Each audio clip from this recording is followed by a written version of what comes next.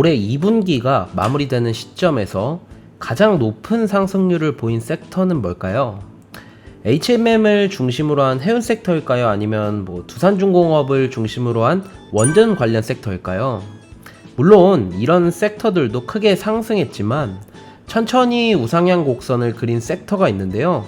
의외라고 생각하실 수 있겠지만 바로 통신 섹터입니다. 사실 일반적으로는 통신주들은 경기 방어주라고 알려져 있는데, 그렇다면 4월부터 현재까지 시장이 안 좋아서 이 통신주들이 올랐을까요? 아닙니다. 현재 코스피 지수는 3,300포인트를 돌파했으며, 그리고 올해 하반기 코스피 전망 수치가 무려 3,700포인트인데요. 그러면 도대체 최근 통신주들에게 무슨 일이 있었길래 상승장의 주인공이 되었을까요? 오늘은 통신주들이 영위하는 사업들과 이 상승의 배경에 대해서 한번 알아보고, 그리고 특히 여러 대표 통신주들 중에서 LG유플러스를 파헤쳐보는 시간을 갖도록 하겠습니다. 현재 국내에 상장되어 있는 통신주들은 SKT, KT, LG유플러스가 있고, 이들 통신 기업들은 크게 무선통신 사업과 유선통신 사업을 구분해서 사업을 영위하고 있는데, 현재 국내 통신 3사의 매출액 부분은 이 무선통신 사업부에서 대부분 발생한다고 생각을 하시면 됩니다. 먼저 일반적으로 무선통신 사업부 같은 경우는 크게 핸드셋과 M2M을 대상으로 서비스를 제공합니다. 우선 핸드셋이라는 건 스마트폰을 가리키는데, 특히 삼성전자나 애플처럼 스마트폰을 생산하는 기업으로부터 단말기를 구매해온 후에 소비자들에게 판매하는 사업이 주 업무입니다. 그리고 이러한 판매는 기기 판매도 있지만 휴대폰 요금제를 통한 판매 역시 포함이 됩니다. 다음으로 영위하는 M2M 서비스라는 건 머신 투 머신의 약어인데요. 버스나 지하철 그리고 공공장소에 통신 서비스를 설치해주고 그에 대한 대가를 받는 사업을 영위한다 라고 생각을 하시면 됩니다. 그리고 유선통신 사업은 우리가 잘 아는 집전화기 판매 사업과 TV 셋톱박스 사업을 가리키는데, 전화기는 여러분들도 아마 대부분 느끼고 계시겠지만 이제는 거의 안 쓰는 추세죠.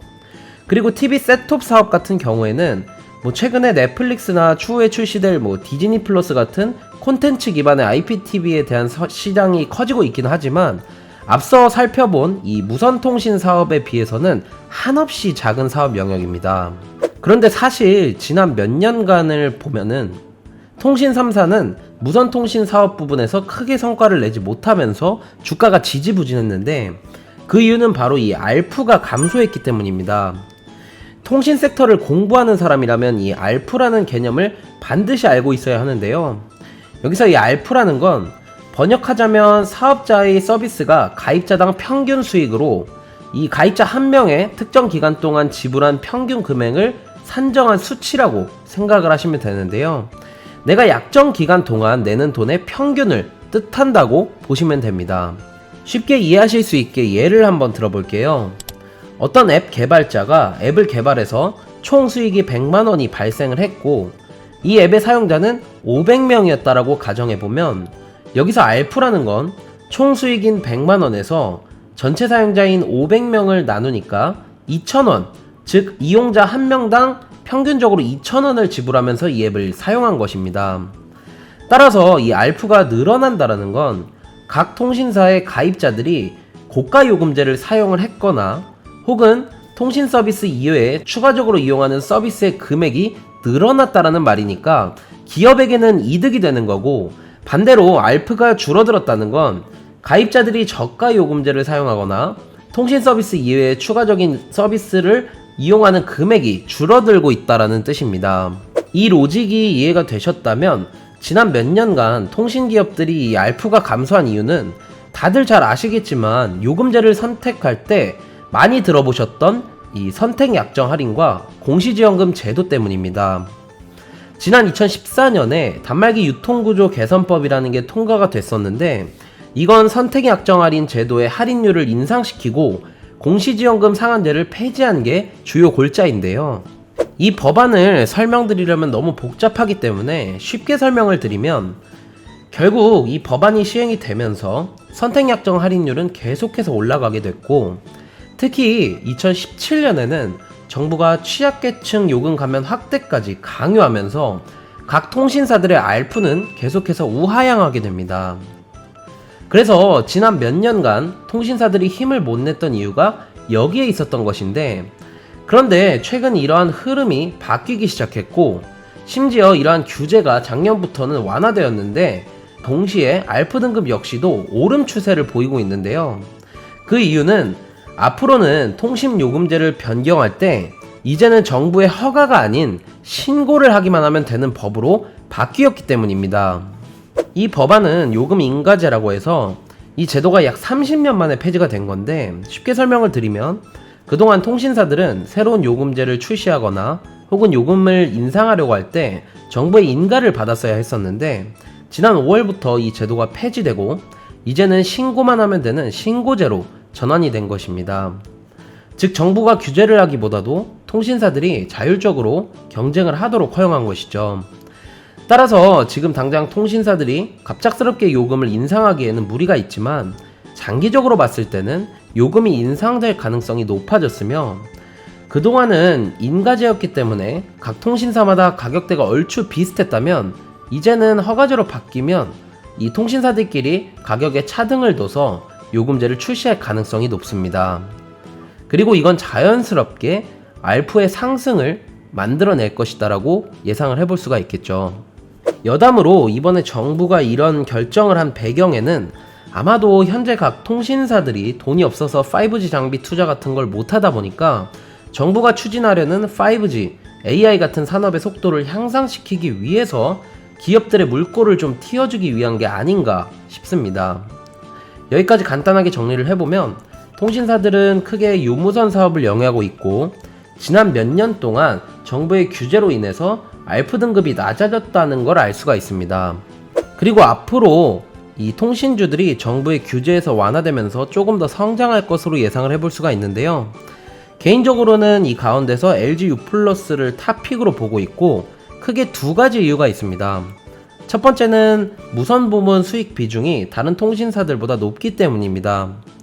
앞서 정부가 인가제에서 허가제로 바꾼 건 무선 통신 사업에 직결되는 정책인데, 그런 관점에서 보면 현재 LG U+의 무선 통신 부분 매출 비중은 59%에 달하며, 반면 KT는 29%, SKT는 53%입니다.